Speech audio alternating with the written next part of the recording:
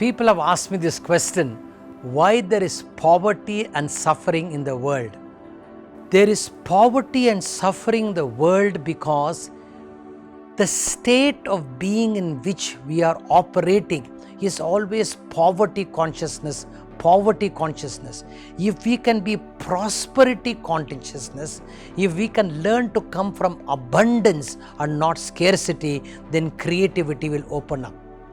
Because we are so poverty consciousness, so you see always poverty.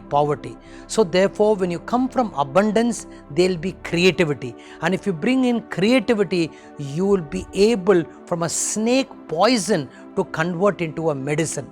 So therefore, poverty is that there. Second important thing, why there is suffering in this world?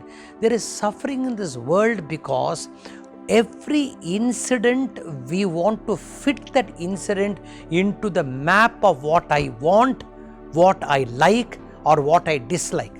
It is like the river is flowing, all right, and you have a map of how the river flows, and your map is wrong, and you go on the boat ride, and then you want the river to fit into the map. The river will not fit into the map, and you have a map which is wrong of how the river flows.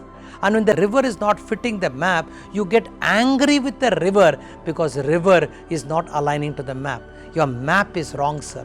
So we have a map of how life should be.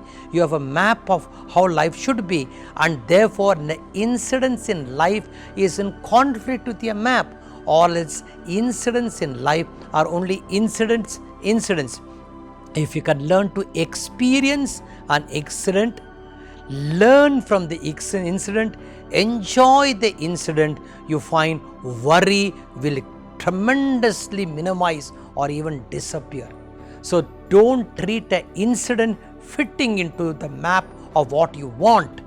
Alright, let experience the incident as it is.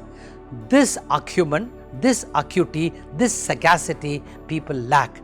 In my workshops, I tell them how to bring this acumen in your life.